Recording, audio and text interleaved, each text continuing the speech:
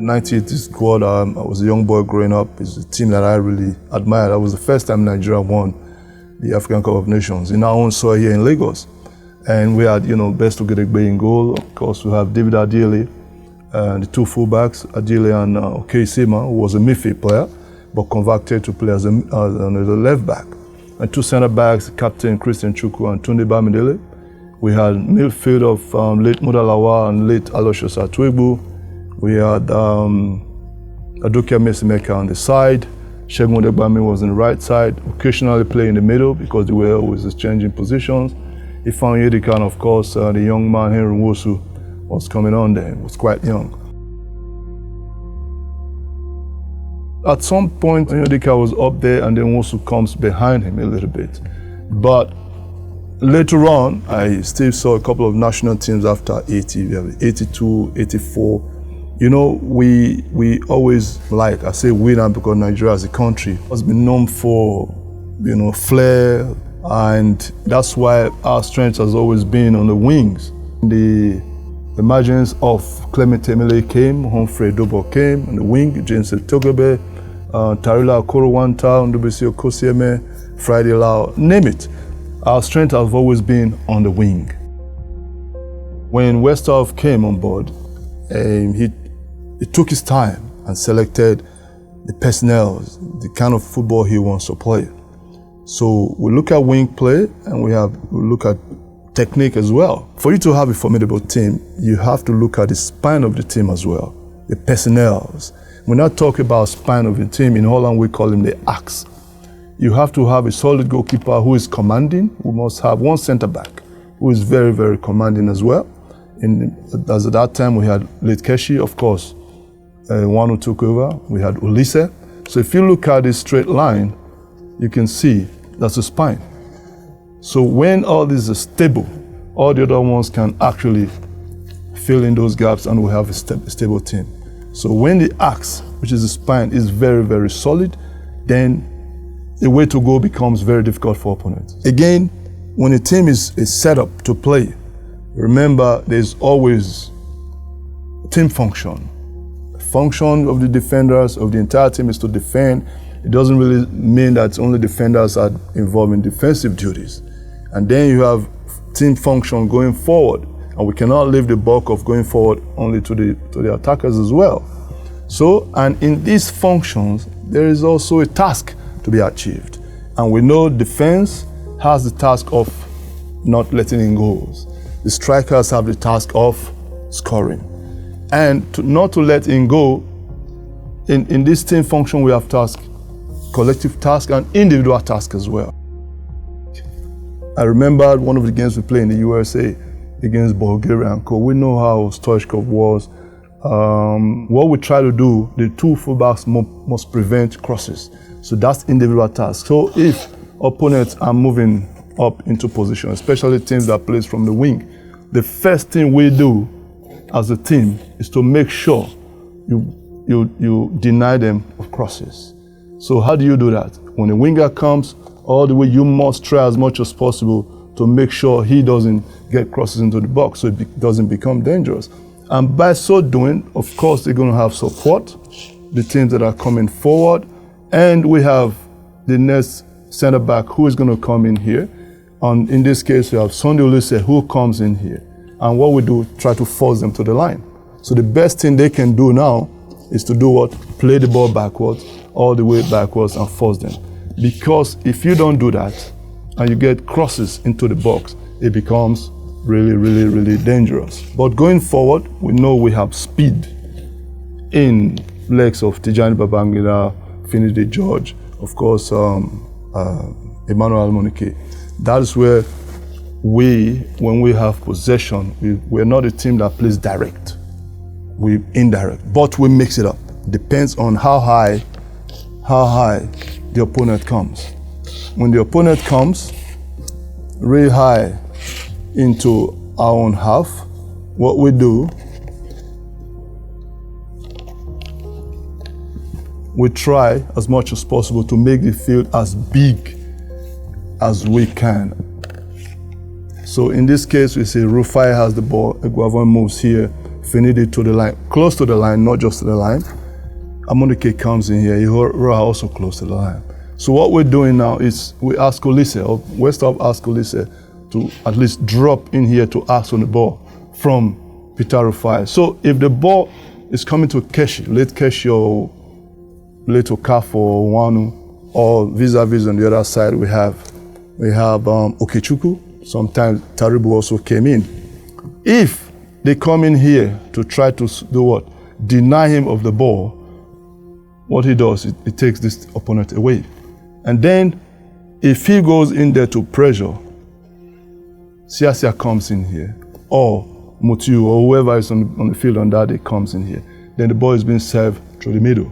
And once he turns on the ball, you see, because they're playing so wide, these guys stay narrow because they know if they commit themselves, then what they have here is 2 against 1, which becomes very, very dangerous. That is why you see Amokachi, who is playing behind Yekini, has all this space because he's so, is playing on the line.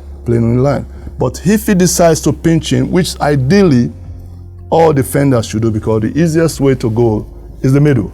If they do this, then what we do, Ndidi is on his bike, Amunike is on his bike, then the long one is coming over there. So what we have now is at some time we go 100 kilometers an hour to make sure we add up the numbers. That is exactly how we scored the first goal against Bulgaria. Rufai had the ball, Eguavoen opens up, Ira opens up, Chidi slightly to the right, Okechukwu slightly to the left. And of course, our holding midfield player, the best midfielder in the world at that time, Olise was out there. Siasi, I remember playing that game, was floating. Ndidi, like we say, when we have the ball, we try to make the field very, very big as possible. And then he's always playing off the shoulder, that's Yekini, always off the shoulder of defender. So when they come behind him, Daniel Amokachi, if they are not too close, has the liberty now to exploit those holes. But then if they come here, at sometimes Ndidi comes in here and then I'm gone. But more often, the manager then, Westhoff, didn't want me to actually go too much in front because he had more security. He felt with myself, Chidi and Okechukwu, we have secured back 4, in quote, but actually back 3. So that's why most of the time you see Amunike comes in here. Iroa is always, have the opportunity to go. He has to go anyway because we have holding midfield player Olise who is actually in control of it. So when Olise joins us, we have 4 at the back. So on this day in the first goal, ball came to Okechukwu, who played the ball through to Siasia, and then Siasia straight up to Yekini. Amokachi was right behind. He knocked the ball back and into space for George Ndidi, and then on the bike, everyone were there, and then the cross from Ndidi George. The cross came in from Ndidi George, and then Yekini. He came in just in front there, and he came right behind this guy for a goal. It was the very first time at the World Cup, which is a big stage, biggest stage for any football player. And when we got about to come out in the game, and after inspection, we were a bit panicking because it's the very first time the World Cup experience. And Rose Bowl, I guess, in Dallas, it's quite huge. And we could see that in the eyes of these Bulgarians, we could see that they were a little bit scared. I wouldn't say scared, probably they had a little respect for us. And we just communicated among ourselves like, hey, guys, it looks like these guys are a little bit, because we were tough and big anyway. Maybe 15 out of 23 were 6 with us in that team. So it was good enough. And we immediately said we have to go for it. And we went for it, and it paid off. The game plan against Stoichkov was As soon as he holds the ball, we have to do what? Try to double team. Not with the center back. If he's in this area, what I do is I come in here, Olise comes in here. What is he trying to do? You know, I come. To Mark, try to do what? Push him to the side. Olise comes in here. She's the one who provides this balance. I go, he covers, he provides balance. Of course, the other guys have to come in. And the best thing he can do, he can't go over us. He has to take the ball to the side and force him to play backwards. And once he comes back, drops in the midfield to try to do something, we have Olise, we have Ndidi, and we have Siasia, like a triple team, keeping in the middle. So he did not too much, because he wasn't allowed. If he has the ball, he plays the ball to his teammate. He has the ball, he plays the ball to his teammate. And we try as much as possible not to let any of them come close to the middle. The best thing we can do or we can offer them is to go to the side. And when they go to the side, we have a very strong spine here that you can't break.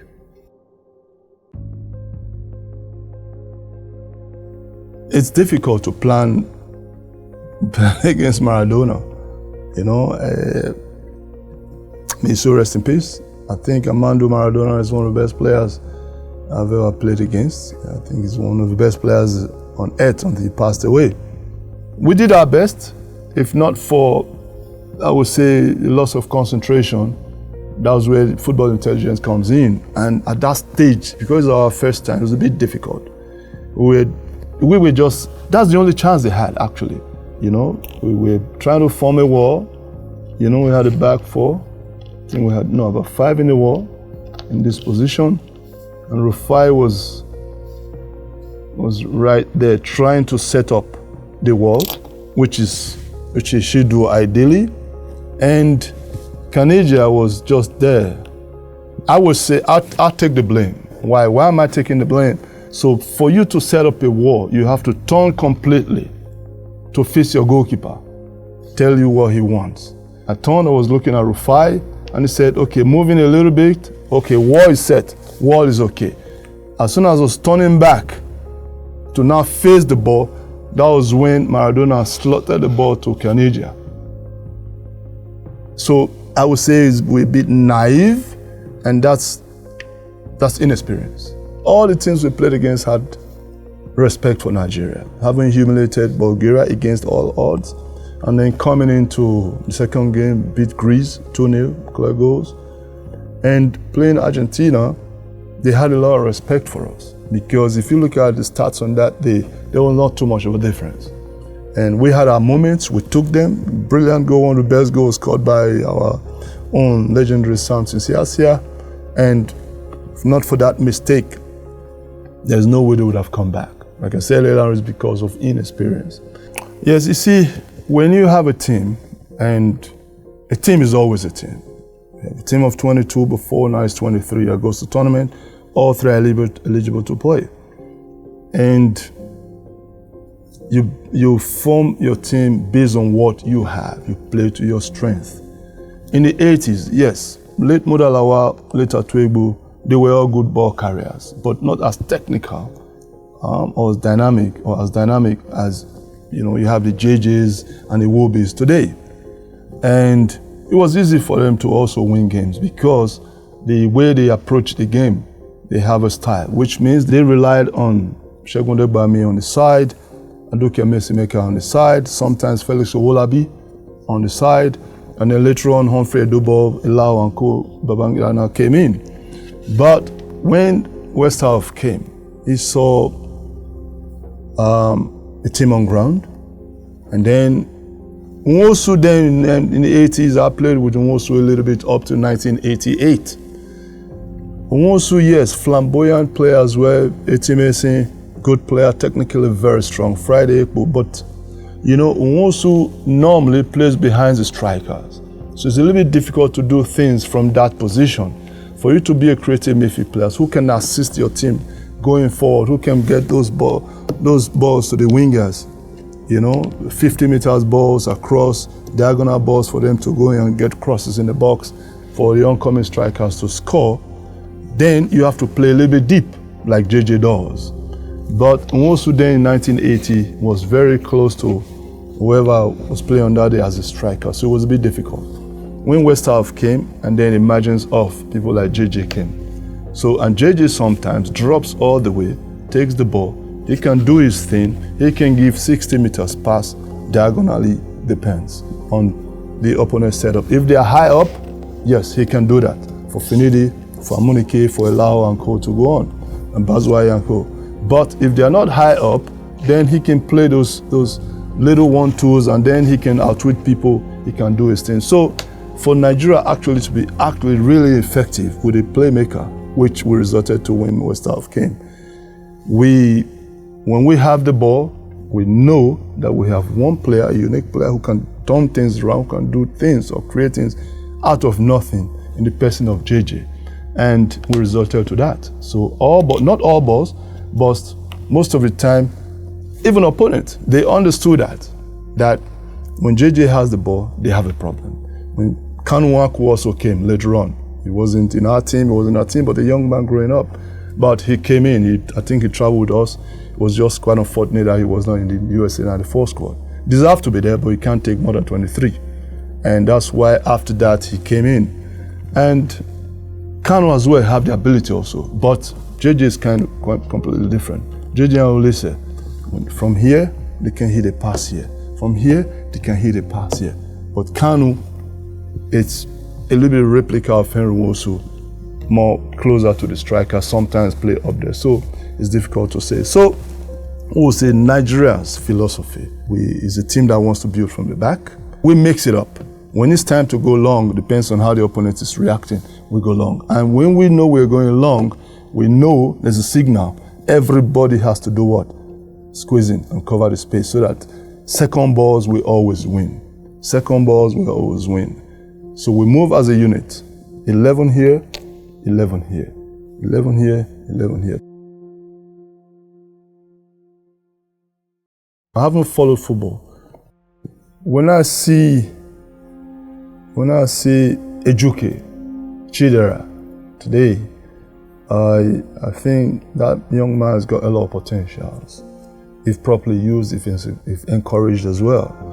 And Chikwueze as well. When I see Chikwueze on the flank, you can see it's a baby. He still has a lot, and I think he can still achieve a lot. Chikwueze, in fact, the entire thing. And when I see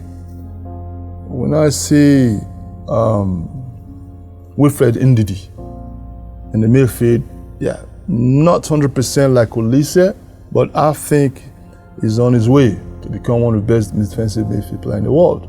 But he's holding back, as far as I'm concerned. He's got a lot to still give, but I think he's holding back. I've spoken to him once or two occasions. Reason why he's holding back, I don't know. When I say holding back, I think he can do better than what he's doing. He's got potentials, a lot. And then, when I see Osimhen, it reminds me of strikers who can keep you on your toes as a defender the entire 90 minutes. The entire 90 minutes. If you blink, he will punish you. So I think Osimhen is one player that really, really excites me when it comes to attacking. And of course, skill-wise, talk about Chidera, Chikwueze, and Iheanacho. Iheanacho is okay. He's okay, but the only little problem is in Leicester, he's playing a different position. He comes to Nigeria, he's playing a different position. I think the sooner he settles for one position, I think the better for him. As the technical director of the Nigerian Football Federation right now, I think it's my responsibility to see how we can come up with a philosophy pathway to make sure Nigerian football actually, goes higher and higher and higher. And one of the things we've mapped out in the department to do is to make sure we have a very formidable team, starting from the young ones, the under 17, all the way under 15, and walk them through until we win the World Cup, which a lot of people think is not possible, but I can tell you, with the encouragement we're having and the support we're still going to get, sooner or later we'll win the World Championship. One of the things is if you look at our team before now, I told you earlier on, about 15 out of 25 of 23 of that squad were 6-footers. We train a lot, and in Westhoff selecting that team, he took his time. So one of the things we are looking at also now, you must possess 2 of those 3 qualities. If not, I'm not sure we'll look at your direction. We want to look at sit and watch. What does sit and watch means? S is for speed and strength, I is for intelligence, and T is for technique. So if you have speed, you fit into it. If you have strength, you fit into it. If you have football intelligence, when we talk about football intelligence, it's not about 2 plus 2 or chemistry or biology here now. It's knowing what to do at the right time. It's thinking before the ball gets to you. It's doing things out of nothing. And obviously you cannot rule out technique. So if you're technically very good and you have speed, we accommodate you. If you have all 3, super. If you are strong and you have technique, it's also okay. So for you to be in our team now, you have to have 2 out of those qualities. And to pick those boys, we are trying to see how we can develop coaches who are going to impact this knowledge into the boys as well. Because if you put a bunch of boys out there and then they are not guided properly, they are not coached in the right way, it's difficult also for them to achieve or be successful in what we want them to do. So once our coaches are knowledgeable enough to transfer this knowledge to the young ones, I think we're going to do very well in the nearest future.